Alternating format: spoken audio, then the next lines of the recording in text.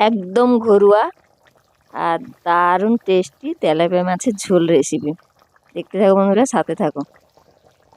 নমস্কার বন্ধুরা, আমি না ব্লগ এবং রান্নাতে তোমাদের সবাইকে স্বাগত। আজ আমি তোমাদের দেখাবো তেলাপিয়া মাছের ঝোল। একদম ঘরোয়া, একদম মানে বাড়িতেই সহজভাবেই বানিয়ে নিতে পারবে কম তেল মশলা দিয়ে। প্রথমেই দেখো একটা মাছ ধরে নিয়েছি পুকুর থেকে, আর মাছটার কাঁটাগুলো খুব শক্ত, মটিতে কাটা যাচ্ছে না, তাই দাওয়ালি দিয়ে একটু মানে কাঁটাগুলো কেটে নিচ্ছি। কাঁটাগুলো কেটে নিয়ে আমি বটির সাহায্যে মাছগুলো মানে মাছের সব পাখনাগুলো কেটে পরিষ্কার করে আঁশ ছাড়িয়ে মাছগুলো কেটে নেব।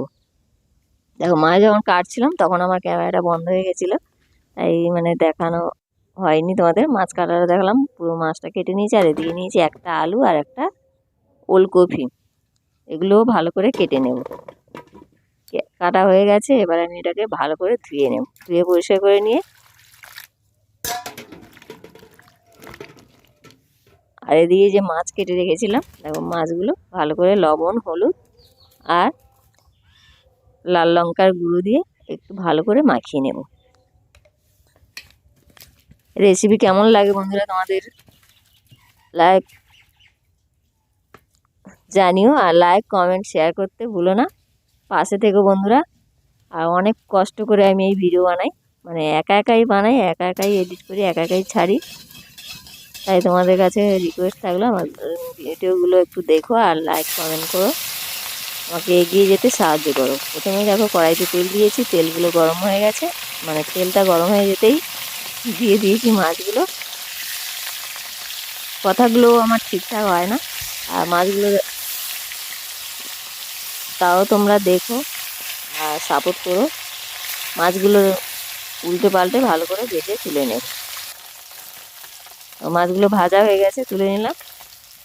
আর প্রথমে 3 পিস দিয়েছিলাম, আর পরে যেটা আছে দিয়ে ভেজে নেব।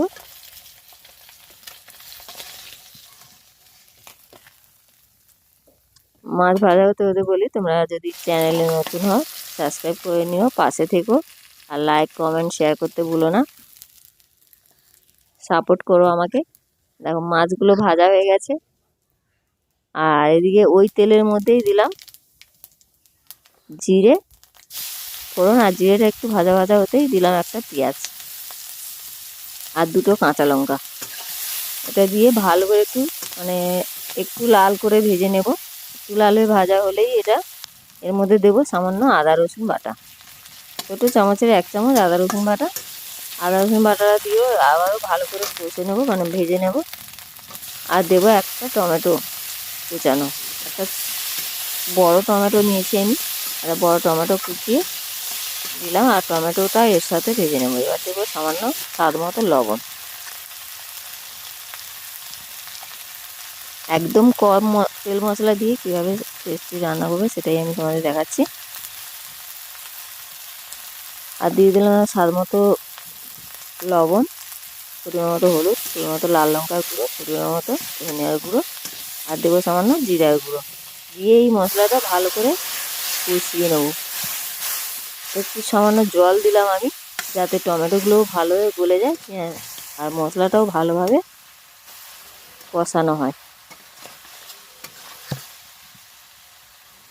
কেমনভাবে কষাচ্ছে, আর এর যে জলটা আছে, যতক্ষণ না একদম জলটা শুকিয়ে যায় ততক্ষণ এটা কষাতে থাকবো।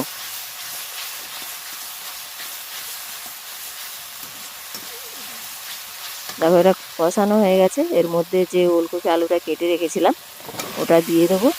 আমি আগে ভাজিনি, তোমরা চাইলে এটা ভেজেও নিতে পারো আগে লবণ হলুদ দিয়ে, কিন্তু ভাজিনি, আমি এর সাথেই কষিয়ে নেবো। আর ততক্ষণ কষাবো যতক্ষণ না এর জলটা একদম শুকিয়ে যায়। দেখতেই পাচ্ছ কীভাবে কষানো হয়েছে। এবার আমি এর মধ্যে জল দিয়ে দেবো পরিমাণ মতো। তোমরা যে যেমন ঝোল খাবে তেমন পরিমাণে জল দেবে, আর এগুলো সেদ্ধও হবে। কতটা জল দিয়েছি,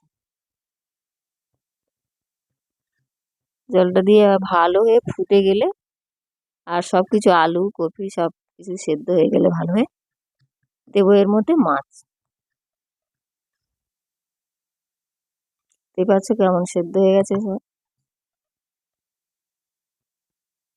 ভেজে রাখা মাছগুলো দিয়ে দিলাম। মাছগুলো দিয়ে ভালোভাবে একটু ফুটে গেলে আমি গরম মশলা দিলাম না, শুধু ধনিয়া পাতা দিয়ে এটা নামিয়ে নেব।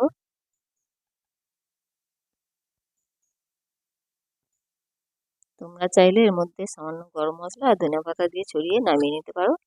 দেখো ঝোল আমার একদম রেডি হয়ে গেছে। এবার আমি এর মধ্যে অল্প সামান্য ধনিয়া পাতা দিয়ে এটা নামিয়ে নেব। ভিডিও কেমন লাগলো জানিও বন্ধুরা। ফিরে আসছি পরের ভিডিওতে। সবাই ভালো থেকো, সুস্থ থেকো। রাখছি, টাটা, বাই।